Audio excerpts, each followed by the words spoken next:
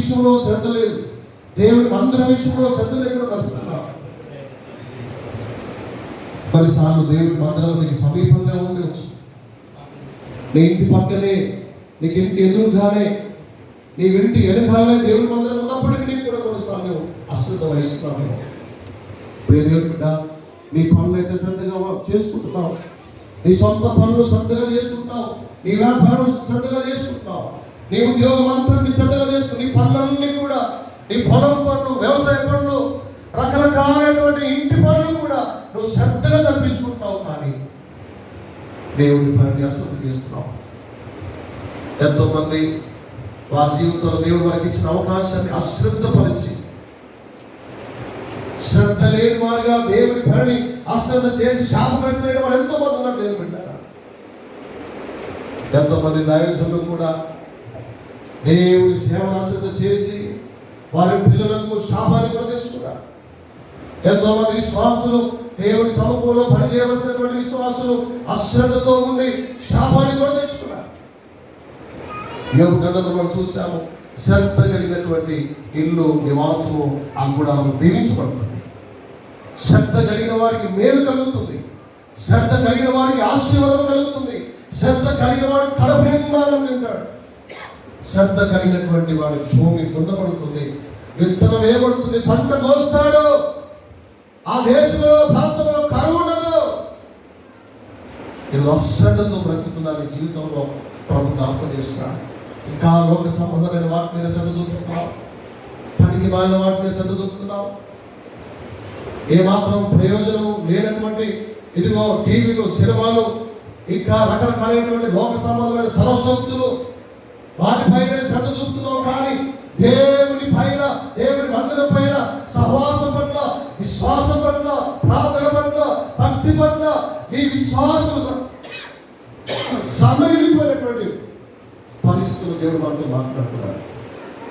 ప్రియదేవుని బిడ్డలారా, ఈ సమయంలో ఎక్కడ నువ్వు శ్రద్ధ లేకుండా ప్రవర్తిస్తున్నావు నాకు తెలియదు, కానీ దేవుడే పరిశుద్ధాత్ముడే దిగి వచ్చి మనతో మాట్లాడుతున్నాడు.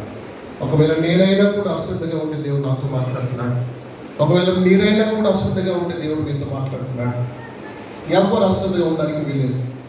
దేవుని కార్యాన్ని అశ్రద్ధగా చేస్తే శాపగ్రస్తులనే మాట దేవుడు జ్ఞాపకం చేస్తున్నాడు. ఇతరమైన వాటి మీద చూపించేటువంటి శ్రద్ధ ఈరోజు దేవుని పైన చూపిస్తున్నావా? చుట్టాలంటూ, పెండిలంటూ, పేరంటలంటూ, విందులు, వినోదాలంటూ వాటిపైన శ్రద్ధ చూపిస్తున్నావు, కానీ దేవుని కార్యాల పట్ల శ్రద్ధ చూపిస్తున్నావు. ఎన్ని సార్లు చెప్తావో తెలుసా? ఎన్ని మాయమాటలు చెప్తావో తెలుసా? ఎన్ని అబద్ధాలు చెప్తావో తెలుసా? నువ్వు ఎక్కడ పోతున్నావు, ఏం చేస్తున్నావు? దేవుని మందిరాన్ని కాదని, వాక్యము కాదని ఎక్కడెక్కడికో వెళ్ళిపోయి ఏదో చేస్తూ సాకులు చెప్పి, సాడిగొడ్లు చెప్పి, అబద్ధాలు చెప్పి నీ జీవితంలో శాపాన్ని కూడా తెచ్చుకుంటున్నావు. శ్రద్ధ కలిగి పని చేయడానికి ప్రభువా మాకు నేర్పించుకుని అడగండి. నీ పనిలో శ్రద్ధ చూపించే కృప నాకు ఇవ్వు ప్రభు అని అడగండి. విశ్వాసములో, ప్రార్థనలో శ్రద్ధ కలిగి ఉండే కృప నాకు దయచే ప్రభు అని అడగండి. దేవుని మందిరం పట్ల శ్రద్ధ కలిగి ఉండే కృప నాకు దయచే ప్రభు అని అడగండి. దేవాని మందిరంలో పనిచేసే నీ సేవలో పాల్గొనే కృప నాకు దయచేయండి ప్రభు అని అడగండి. శ్రద్ధ కలిగిన వాడు సంతోషంగా ఉంటాడు. శ్రద్ధ కలిగిన వాడు పని ప్రారంభించి దాన్ని ముగిస్తాడు. ఈరోజు మధ్యంతరంగా నీ పనులు ఆగిపోతున్నాయి. ఎందుకో తెలుసా? శ్రద్ధ లేని దానిగా, శ్రద్ధ లేని వాడిగా ఉంటున్నావు, బద్దకిస్తున్నావు. దేవుడు నీకు బద్దకస్తాన్ని ఇవ్వలేదు. దేవుడు నీకు చురుకైనటువంటి జీవితం దేవుడు నీకు ఇచ్చాడు. రేపు అలాంటి స్త్రీ చూడండి, బావి లోపలికి వెళ్ళి నీళ్లు చేరి 10 వంటలకు నీళ్లు పెట్టినటువంటి ఒక గొప్ప సుందరవంతురాలు. ఎంతమంది స్త్రీలు సోమరులు అయిపోతున్నారు, పురుషులు సోమరులు అయిపోతున్నారు, పని పాట లేకుండా తిరుగుతున్నారు. దేవుని పిల్లలు ఎప్పుడు కూడా పని పాట లేకుండా ఉండకూడదు. శ్రద్ధ కలిగి పని చేసుకోవాలి. తిరిగి తాగి చూపిస్తే ఒక దినం శాపగ్రస్తమైన జీవితం జీవిస్తావు. సహోదరుడా, తమ్ముడు ఆలోచన చేసుకొని మధ్యాహ్న సమయంలో దేవుని పట్ల శ్రద్ధ కలిగి ఉంటుంది, దేవుని వాక్యం పట్ల శ్రద్ధ కలిగి ఉంటుంది, దేవుని మందిరం పట్ల ఆసక్తి కలిగి ఉంటుంది. దేవుని బిడ్డ, నువ్వు ఆశ్రయించబడతావు, నీ జీవితం దీవించబడుతుంది. ఉన్నతంగా ఆశ్రయించబడాలంటే శ్రద్ధ కలిగినటువంటి బిడ్డగా దేవుని సముఖంలో ఉండాలని ప్రభు మనతో మాట్లాడుతున్నాడు. అశ్రద్ధ తల్లి అశ్రద్ధ, తండ్రి అశ్రద్ధ, పిల్లలు ఆఖరికి శాపగ్రస్తమైనటువంటి జీవితంలో వెళ్ళిపోతున్నారు. ఉదయం లేవగానే వారికి శ్రద్ధగా బోధించు. ఉదయం లేవగానే వారి కోసం శ్రద్ధగా ప్రార్థించు. ఉదయం లేవగానే నిద్ర మేలుకున్న మొదటగా నీ కుటుంబాన్ని దేవునికి అప్పగించు. ప్రార్థన అశ్రద్ధ చేయకు, ఉపవాసాలు అశ్రద్ధ చేయకు, దేవుడు వాక్యాన్ని అశ్రద్ధ చేయకు. దేవుడు బిడ్డ ఇప్పుడు చేసిన చాలు దేవుడు మాట్లాడుతున్నాడు. ఇక ముందు అశ్రద్ధగా కాకుండా శ్రద్ధగా పనులు చేసే కృప ప్రభు అందరికీ అనుగ్రహించినట్లుగా ప్రార్థన చేస్తున్నాం. పాస్టర్ వారి ప్రార్థన నడిపిస్తాం.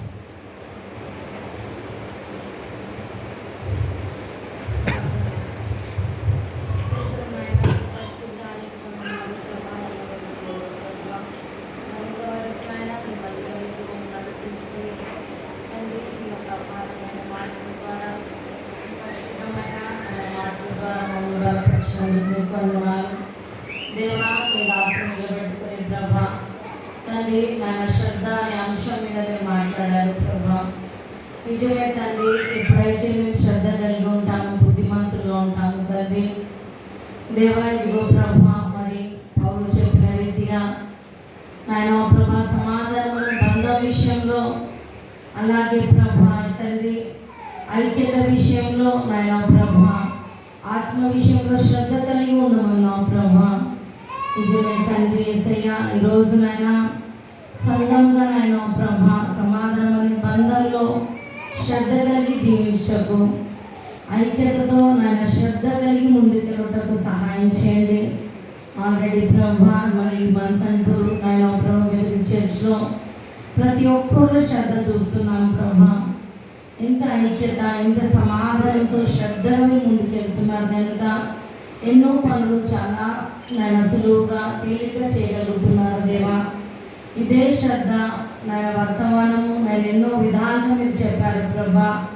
మరి నీ పని విషయంలో శ్రద్ధ కలిగి ఉండాలన్నో, దైవజనుడు గుర్తించే విషయంలో శ్రద్ధ కలిగి ఉండాలన్నో ప్రభా. మరి తండ్రి యేసయ్య అన్ని విషయంలో నాయన ప్రభా మరి శ్రద్ధ కలిగి ముందుకెళ్ళమని నాయన ఇంతసేపు మీరు హెచ్చరించారు దేవా. దయచేసి నాయన ప్రభా ప్రతి ఒక్కరు కూడా నాయన శ్రద్ధ కలిగి నాయన ప్రభా మరి నాయన నీ వాక్యం విషయంలో కానీ, దైవజనుల విషయంలో కానీ, మందిరం విషయంలో కానీ, ప్రతి విషయంలో కూడా ప్రభా మరి శ్రద్ధ కలిగి ప్రభా పని చేసేవారిగా యేసు నామమును ఇంకా బలపరచుకునండి ప్రభా. మరి కొద్ది విశ్వాసం సరిపోదు ప్రభా, సంపూర్ణంగా నడుచుకున్నట్లు నన్ను ఈ వాక్య సహాయం పిల్లకంగా చేయండి దేవా.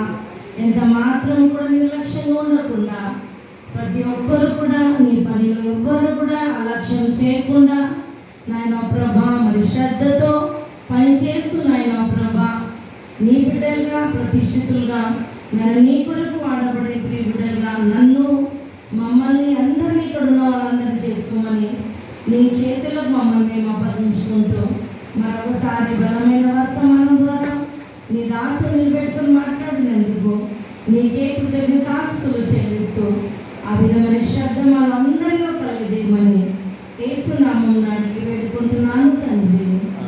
ఆమేన్. ఆమేన్. దేవుని స్తోత్రం, దేవుని మహిమ. హల్లెలూయా. ఇంకా చెప్తామండి హల్లెలూయా. మంచి ప్రియులారా, మరి ఈ సమయంలో మనం చక్కటి మనం ఇంటికి తిరిగి ఉంటున్నాం. ఎంతో ఆశీర్వాదకరమైనటువంటి మాటలు ప్రభు మాకు తెలియపరుచుకుంటున్నారు. ఈ సమయంలో మనము మన కానుకలను